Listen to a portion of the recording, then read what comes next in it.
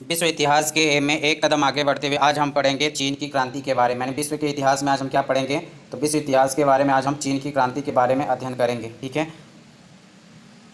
चीन में जिस संस्कृति को चीन के समाज का आधार माना जाता है वह किस काल में विकसित हुई थी, तो वह सैंग वंश के काल में विकसित हुई थी।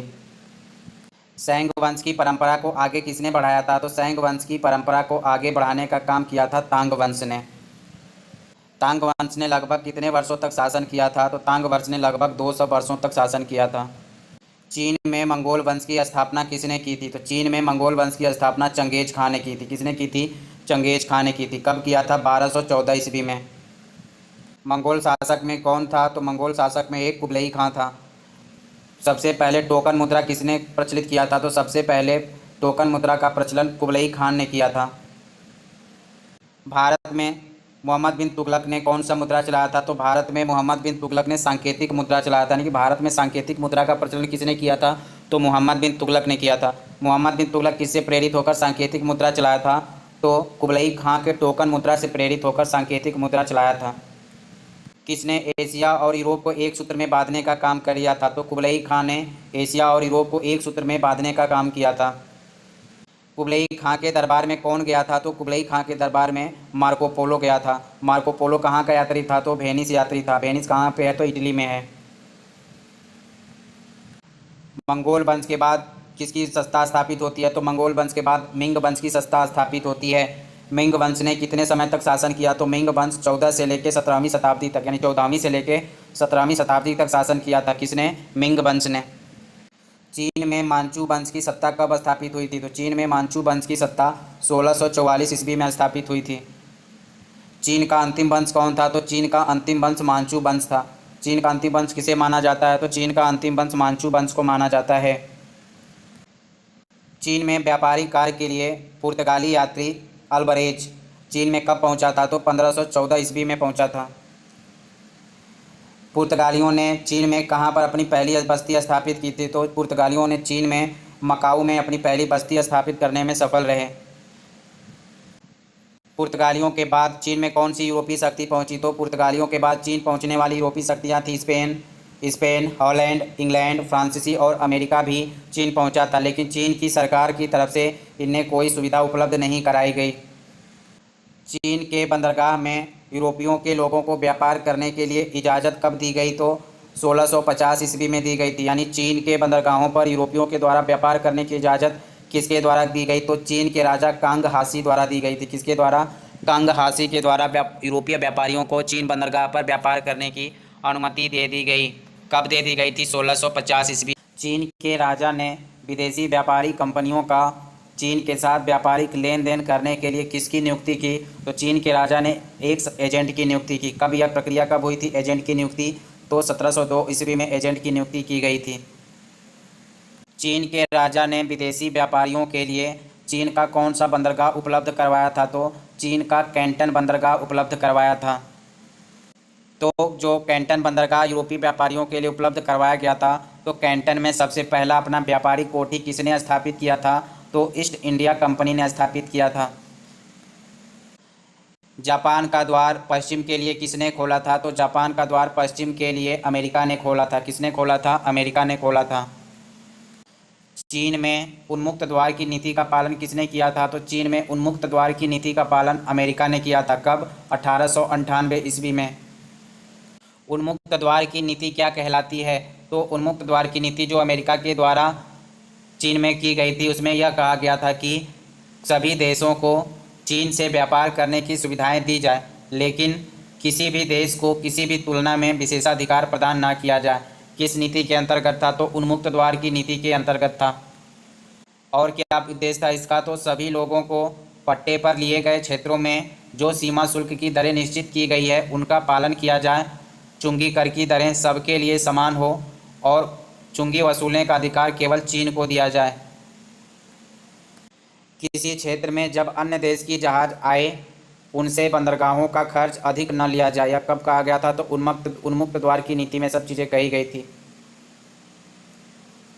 अमेरिका द्वारा अपनाई गई उन्मुक्त द्वार नीति का उद्देश्य क्या था, तो अमेरिका द्वारा जो उन्मुक्त द्वार नीति अपनाई गई थी उसका उद्देश्य व्यावसायिक स्वार्थ से प्रेरित था। ईस्ट इंडिया कंपनी ने चीन में अपनी व्यापारिक व्यवस्था को सुदृढ़ स्थापित करने के लिए किसका प्रयोग किया? तो अफीम का प्रयोग किया था। किसने? ईस्ट इंडिया कंपनी ने। ईस्ट इंडिया कंपनी द्वारा अफीम, चीन में जो अफीम के व्यापार की बात की गई थी तो उसको अमेरिका ने क्या कहा? तो अमेरिका ने उसको खुली टाँकेबाजी का कार्य कहा था। इसी के कारण प्रथम अफीम युद्ध कब हुआ था? तो प्रथम अफीम युद्ध 1839-42 ईस्वी में हुआ था। यानी प्रथम अफीम युद्ध कब हुआ था? तो 1839-42 में हुआ था। प्रथम अफीम युद्ध किसके बीच हुआ था? तो प्रथम अफीम युद्ध ब्रिटिश साम्राज्य और चीन के किंग राजवंश के बीच हुआ था। क्यों?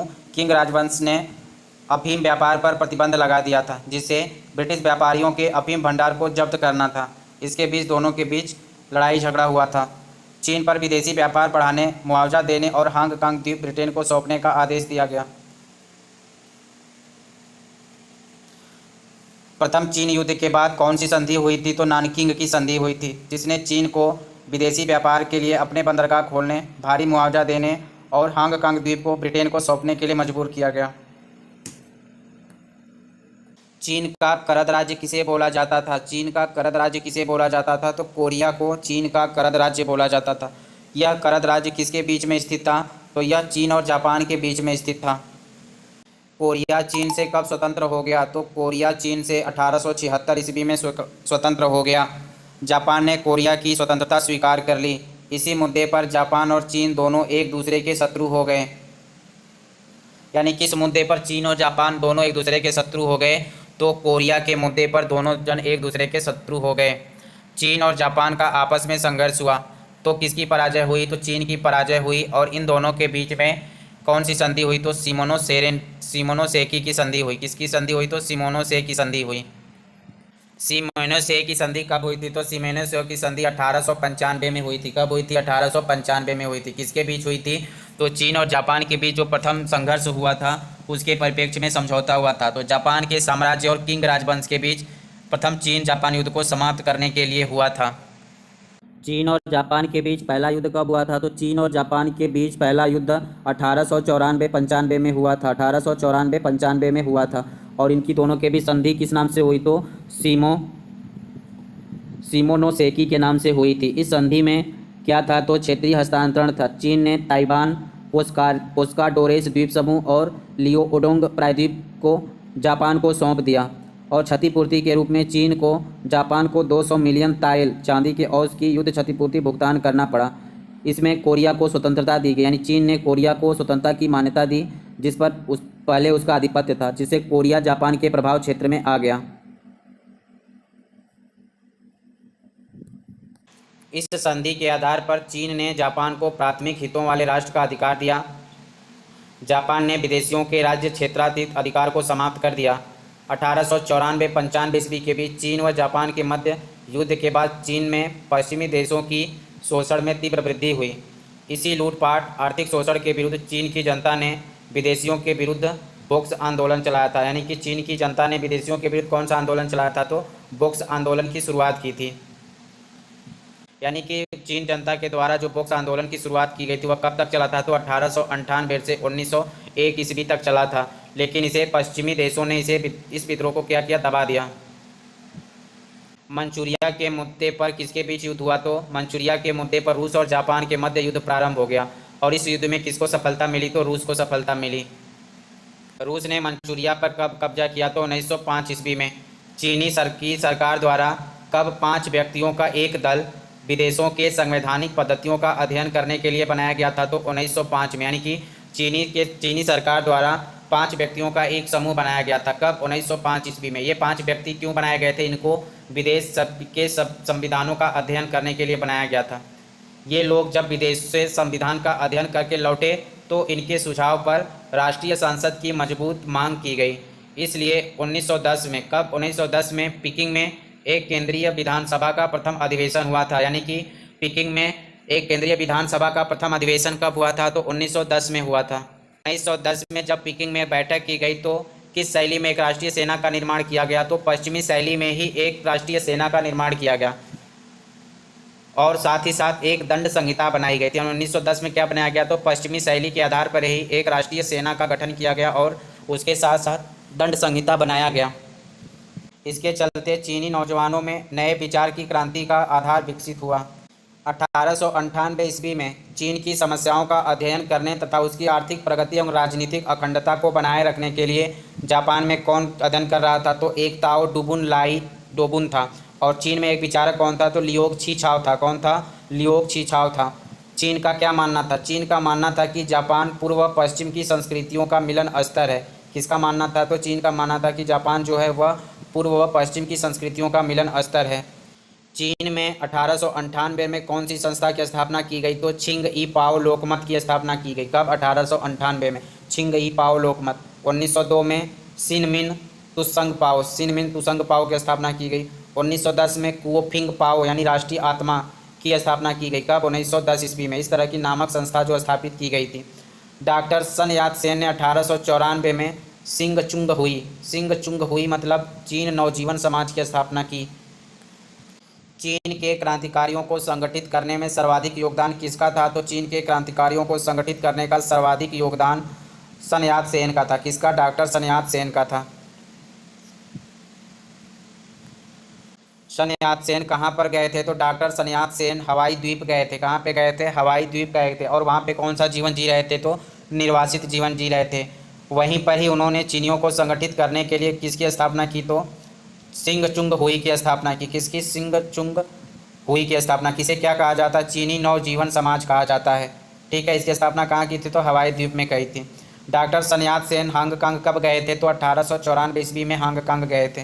डॉक्टर सन यात सेन किसकी पुस्तक से प्रेरित थे, तो डॉक्टर सन यात सेन कार्ल मार्क्स की पुस्तक द कैपिटल दास कैपिटल से बहुत प्रेरित थे और समाजवाद से भी बहुत प्रेरित थे। डॉक्टर सन यात सेन जापान में योकोहामा में बस गए। जापान में योकोहामा में कब बस गए, तो 1899 ईस्वी में योकोहामा, जापान के योकोहामा में बस गए। और चीन के नौजवानों का सन यात सेन पर बहुत अधिक प्रभाव पड़ा। 1905 ईस्वी तक चीन के 18 प्रांतों में से कितने प्रांतों में सन यात सेन के समर्थक थे, तो 18 प्रांतों में से 17 प्रांत ऐसे थे जिसमें डॉक्टर सन यात सेन के समर्थक थे। डॉक्टर सन यात सेन के समर्थक कौन लोग थे, तो जिन लोगों ने थुंग मेंग हुई की स्थापित किया था, दल का स्थापना किया था, वो लोग डॉक्टर सन यात सेन के समर्थक थे। थुंग मुंग होई दल का उद्देश्य क्या था, तो तुंग मुंग होई दल का उद्देश्य मंचू दल को समाप्त करना था। किसको समाप्त करना था, तो मंचू दल को समाप्त करना था। साथ ही साथ पाश्चात्य देशों के शोषण से चीन को मुक्त कराना था। कौन से दल का संकल्प था, तो थुंग मिंग हुई दल का संकल्प था। डॉक्टर सन यात सेन ने जापान के योकोहामा में एक सैनिक अकादमी की स्थापना की थी। चीन की महारानी शित्सुसी का मृत्यु कब हुआ था, तो चीन की महारानी त्यूसी का 15 नवंबर 1908 में मृत्यु हो गई। महारानी ने किसे अपना उत्तराधिकारी नियुक्त किया था, तो महारानी ने अपनी सहेली रुंगोलो के पौत्र को राजा घोषित कर दिया और उसके पिता को संरक्षक घोषित कर दिया। वह शासन का मंचूरीकरण करना चाहता था। कौन शासन का मंचूरीकरण करना चाहता था, तो वह था, उसने कई विशिष्ट लोगों को पदों से हटाया जिस कारण चीनी शासन में असंतोष फैलने लगा। इस कारण प्रदेश की सरकारों ने केंद्रीय व्यवस्था की अवहेलना करने लगे, जिससे बड़े पैमाने पर अराजकता की स्थिति का निर्माण हुआ। यही से चीनी क्रांति की वास्तविकता का शुरुआत मानी जाती है। यानी चीनी क्रांति के वास्तविकता की शुरुआत कब से मानी जाती है, तो जब रानी की मृत्यु हो जाती है त्यूसी की, कब, 15 नवंबर 1908 में। और जो उसके बाद उसकी सहेली का रुंगलो का पौत्र राजा बनता है, तभी से यह स्थिति गड़बड़ाती है। और वहीं से चीनी क्रांति की शुरुआत कब होती है, तो 1908 ईस्वी से। चीन की क्रांति कब मानी जाती है, तो चीन की क्रांति 10 अक्टूबर 1911 को मानी जाती है। 1 नवंबर 1911 को युआन शी अकाई को प्रधानमंत्री के पद पर नियुक्त किया गया। इसी बीच शासन की तरफ से 19वीं धाराओं का संविधान तैयार किया गया, जिसके अनुसार चीन में वैधानिक राजतंत्र की स्थापना करना था। कब, 19वीं धाराओं का संविधान तैयार किया गया था, जिसके तरफ की कौन सा संवैधानिक राजतंत्र तैयार करना था, तो वैधानिक राजतंत्र की स्थापित करना था। युआन शी अकोई को गणराज्य का राष्ट्रपति नियुक्त करने का निर्णय किया गया। किसको, युआन शी अकोई को गणराज्य का राष्ट्रपति नियुक्त करने का निर्णय लिया गया था। जिस समय चीन में क्रांति की तीव्रता बढ़ रही थी उस समय डॉक्टर सन यात सेन कहाँ था? तो उस समय डॉक्टर सन यात सेन अमेरिका में था। कहाँ पे था? अमेरिका में था। तो डॉक्टर सन यात सेन चीन कब पहुँचता है? तो डॉक्टर सन यात सेन चीन में संघाई स्थान पर पहुँचता है, जहाँ पर क्रांतिकारियों ने उसका स्वागत किया। संघाई कब पहुँचता है डॉक्टर सन यात सेन? तो डॉक्टर सन यात सेन 24 दिसंबर 1911 को संघाई पहुँचता है। क्रांतिकारियों ने डॉक्टर सन यात सेन को अपना अध्यक्ष कब घोषित किया? तो 29 दिसंबर 1911 को क्रांतिकारियों ने डॉक्टर सन यात सेन को अपना अध्यक्ष घोषित कर दिया। 29 दिसंबर 1911 को तो क्रांतिकारियों ने डॉक्टर सन यात सेन को अध्यक्ष घोषित कर दिया। डॉक्टर सन यात सेन ने अध्यक्ष का पद कब ग्रहण किया था? तो 1 जनवरी 1912 को अध्यक्ष पद का स्थान ग्रहण किया था। चीन में मंचू राजवंश का अंत कब हुआ था? तो चीन में मंचू राजवंश का अंत 12 फरवरी 1912 को हुआ था। कब हुआ था? 12 फरवरी 1912 को कर दिया गया और वहाँ पे गणराज्य की स्थापना कर दी गई। चीनी गणराज्य के राष्ट्रपति किसको नियुक्त किया गया? तो चीनी गणराज्य का राष्ट्रपति युआन शी इकाई को निर्वाचित कर दिया गया। डॉक्टर सन यात सेन में क्रांतिकारियों के साथ कहाँ पर बैठक की? तो डॉक्टर सन यात सेन ने नानकिंग में, कहाँ पे? नानकिंग में क्रांतिकारियों के साथ एक बैठक की। इस प्रकार चीन में चले आ रहे कितने सालों का शासन, मंचू शासन का अंत करके गणराज्य की स्थापना हुई? तो 300 सालों तक मंचू शासन का शासन चल रहा था। कहाँ पे? चीन में। उसकी अंत करके किसका स्थापना होता? गणराज्य की स्थापना हो गई। एशिया का पहला देश कौन था? एशिया का पहला देश कौन था जहाँ पर गणतंत्रात्मक शासन की शुरुआत हुई थी? तो एशिया का पहला देश चीन था जहाँ पे गणतंत्रात्मक शासन की शुरुआत हुई थी। युआन शी इकाई ने किसका विरोध का दमन किया? तो युआन शी इकाई ने अपने विरोधियों का दमन किया। युआन शी इकाई ने किस दल पे प्रतिबंध लगा दिया? तो कुओमितांग पे। कुओमितांग पे युआन शी इकाई ने प्रतिबंध लगा दिया और सन यात सेन को जापान भागना पड़ा। सन यात सेन को कहाँ भागना पड़ गया? तो जापान भागना पड़ गया। युआन शी इकाई की मृत्यु कब होती है? तो युआन शी इकाई की मृत्यु 1916 ईस्वी में हो गई और चीन के विभिन्न प्रांतों ने अपने आप को स्वतंत्र घोषित कर लिया। जब युआन शी इकाई की मृत्यु हो गई कब? 1916 में। तो चीन के विभिन्न प्रांतों ने अपने आप को स्वतंत्र घोषित कर लिया। है कि चीन अनेक युद्ध सरदारों में बट गई थी। किसको सरदार किसको कहा जाता था? टुचेन। कुओमितांग दल ने इस अराजक परिस्थिति में भी गणतंत्र सराहने का प्रयास किया। कब? 1917 ईस्वी में कुओमितांग दल ने 1917 ईस्वी में कुओमितांग दल ने इस अराजक परिस्थिति में भी गणतंत्रात्मक सरकार बनाने का प्रयास किया।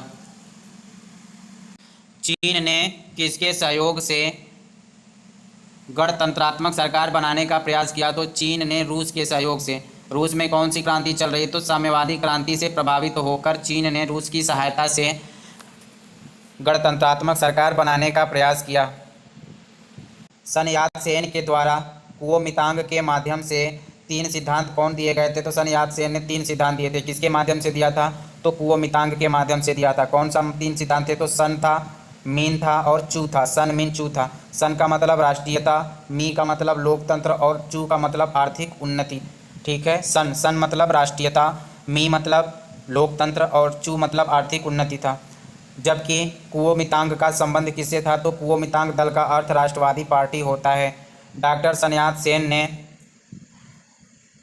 1924 ईस्वी में डॉक्टर सन यात सेन ने 1924 ईस्वी में अपने सार्वजनिक भाषण में क्या कहा था? तो डॉक्टर सन यात सेन ने 1924 ईस्वी में अपने भाषण में कहा था कि दुनिया के सभी विकसित एवं विकासशील देशों को रूस के मॉडल और उसके दिशा निर्देशों पर चलना चाहिए।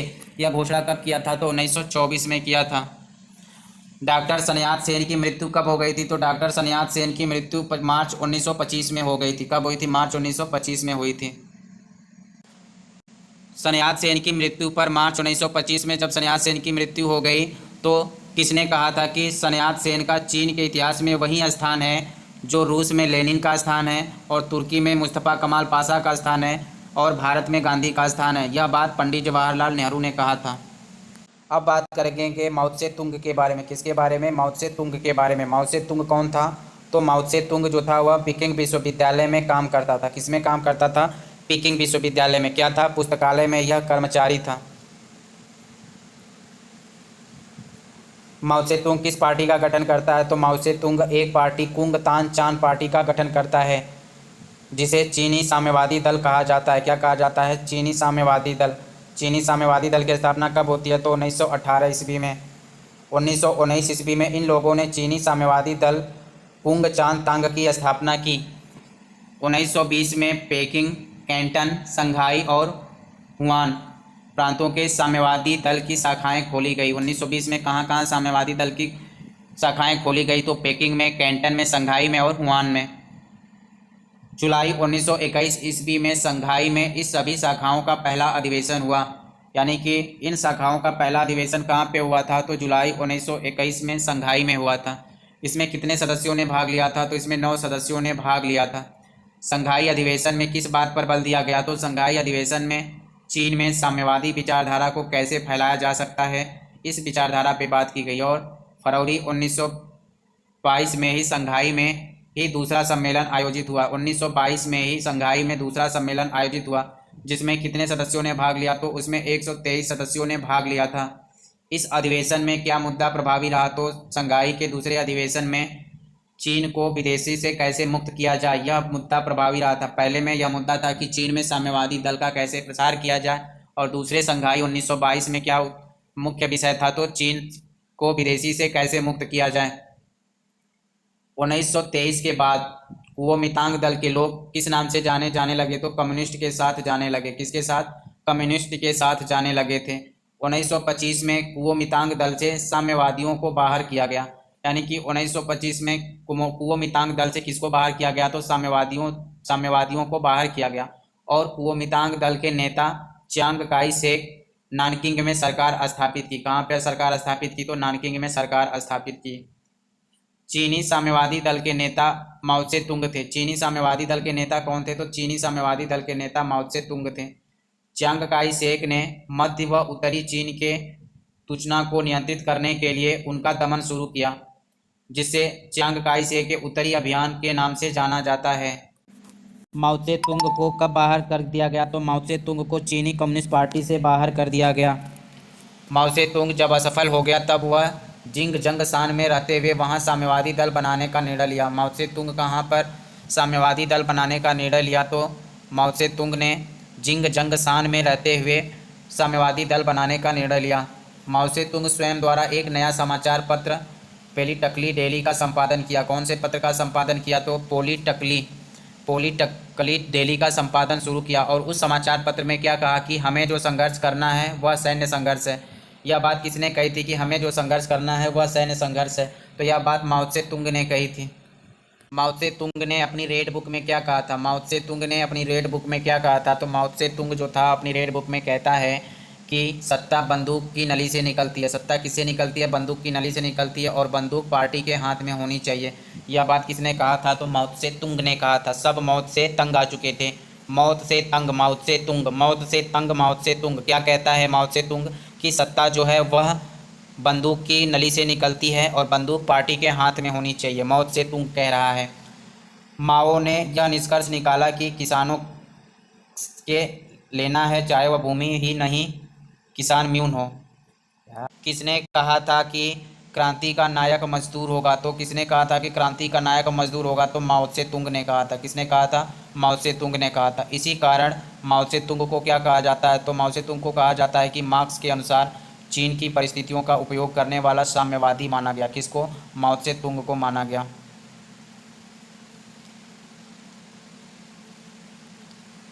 माओ त्से तुंग ने क्या कहा था? तो माओ त्से तुंग ने कहा कि जब आर्थिक समानता नहीं होगी तो ये दोनों समानताएं बेमानी हैं। किसने कहा था? तो माओ त्से तुंग ने कहा था। यही माओवाद है। क्या है? तो यही माओवाद है। क्या माओवाद है? कि ये आर्थिक समानता अगर नहीं होगी तो ये दोनों समानताएं बेमानी होंगी। यही बात क्या कहलाती है? माओवाद कहलाती है। 1928 के बाद लीलिशान पार्टी का जनरल सेक्रेटरी घोषित किया गया। 1929 में चांगसान वुहान क्षेत्र पर माओ और सुते के नेतृत्व में विद्रोह हुआ। साम्यवादियों की हार हो गई। साम्यवादियों की हार होने के बाद किसको हटा दिया गया? तो लीलिशान को हटाया गया और माओ की विचारधारा को साम्यवादियों ने स्वीकार कर लिया। किसने कहा था कि चीनी में साम्यवादी पार्टी जो संघर्ष कर रही है वह युद्ध नहीं है बल्कि जनता के लिए लड़ रही है? यह युद्ध जनता के द्वारा जनता के लिए है। यह बात किसने कही थी? तो माओ त्से तुंग ने कही थी। प्रथम व द्वितीय विश्व युद्ध के कारण चीन के क्रांति करने वालों ने एक ऐसा अवसर प्राप्त किया जिससे चीन की जनता ने क्रांतिकारियों का खुलकर साथ दिया। जनवरी 1943 में अमेरिका और ब्रिटेन ने चियान काई शेक से साथ संधि कर चीन से अपने सभी विशेषाधिकार समाप्त कर लिया और चीन को समानता का दर्जा दिया गया। 1946 में एक महासम्मेलन किसने बुलाया था? तो चियान काई शेक ने बुलाया था। किसने बुलाया था? चियान काई शेक ने। कब बुलाया था? 1946 में एक महासम्मेलन बुलाया था। और इस सम्मेलन का किसने बहिष्कार किया था? तो चीनी कम्युनिस्ट पार्टी ने इस सम्मेलन का बहिष्कार कर दिया। और इसी बीच चीनी कम्युनिस्ट पार्टी ने उत्तरी व पूर्वी चीन के अनेक भागों पर अधिकार कर लिया। इसी दौरान रूस ने मंचूरिया और कोरिया को खाली कर दिया। इस तरह चीन एक विस्तृत भूभाग पर चीनी कम्युनिस्ट पार्टी का कब्जा हो गया। अमेरिका क्या चाहता था? तो अमेरिका कोवितांग दल और चीनी कम्युनिस्ट पार्टी आपस में समझौता कर ले, लेकिन समझौता नहीं हो सका। अमेरिका चाहता था कि कोवितांग दल और चीनी कम्युनिस्ट पार्टी आपस में समझौता कर लें, लेकिन ये समझौता करने को तैयार नहीं हुए और उत्तर व पूर्वी चीन पर अधिकार करने के लिए दोनों पक्षों में संघर्ष हो गया। यानी दोनों पक्षों में मतलब कुओमितांग दल और चीनी कम्युनिस्ट पार्टी में किसके लिए दोनों में संघर्ष हो गया? तो उत्तर व पूर्वी चीन पर अधिकार करने के लिए। कुओमितांग दल की सेना कब बिखरने लगी थी? तो कुओमितांग दल की सेना 1948 ईस्वी तक आते आते बिखरने लगी और अंततः 1949 ईस्वी में कम्युनिस्ट पार्टी ने किस पर अधिकार कर लिया? तो 1949 ईस्वी में कम्युनिस्ट पार्टी ने पीकिंग पर अधिकार कर लिया। साल का अंत होते होते स्वांग काई शेक और उसके बीच सेना चीन की मुख्य भूमिका का नियंत्रण माओ से तुंग के हाथों में छोड़कर फार्मोसा के द्वीप ताइवान के टापू में भाग गए। चीन में एक साम्यवादी सरकार का गठन कब किया गया? तो चीन में एक साम्यवादी सरकार का गठन 19 जून 1949 को किया गया था। कब किया गया था? 19 जून 1949 को किया गया था। साम्यवादी सरकार का गठन किस लिए किया गया था? तो चीन के लिए एक लोकतांत्रिक सम्मिलित सरकार के गठन के लिए किया गया था। इसी तरह 1 अक्टूबर 1949 को साम्यवादी में पीकिंग 1971 में किसके सहयोग से चीन को संयुक्त राष्ट्र संघ परिषद में अस्थायी सदस्य घोषित किया गया? तो 1917 ईस्वी में अमेरिका के सहयोग से। किसके सहयोग से? अमेरिका के सहयोग से चीन को संयुक्त राष्ट्र सुरक्षा परिषद में स्थायी सदस्य घोषित किया गया। उस समय अमेरिका के राष्ट्रपति कौन थे? तो उस समय अमेरिका के राष्ट्रपति निक्सन थे। 1972 में निक्सन ने चीन की यात्रा की थी। यानी चीन की यात्रा निक्सन ने कब की थी? तो चीन की यात्रा निक्सन ने 1972 ईस्वी में किया था। तो यह था चीन क्रांति से संबंधित महत्वपूर्ण प्रश्न थे जो हमारे एग्जाम के लिए बहुत ही हेल्पफुल होंगे।